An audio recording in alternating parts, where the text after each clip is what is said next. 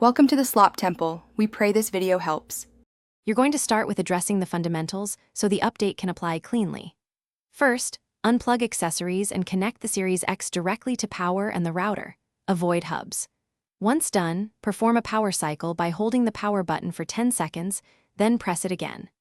If the console still reports an update problem, boot into Xbox Troubleshooting by holding bind and eject and pressing power, which enters the update and recovery menu for repair options. Now focus on repairing the software with the recovery menu options. Choose Update Console first because it uses the internet to fetch missing files. It's faster when the connection is stable. If that fails, prepare an offline system update on a USB. Download the OSU1 file, extract to a correctly formatted NTFS drive, then insert and select Offline System Update.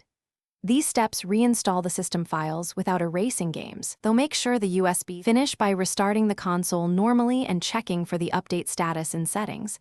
Make sure controllers reconnect and your network is active.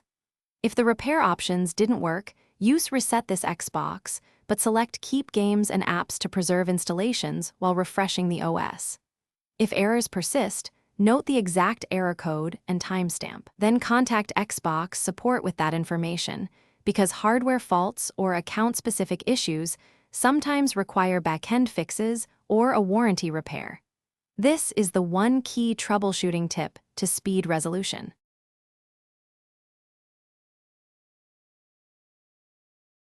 Thanks for watching. Consider subscribing if we helped you.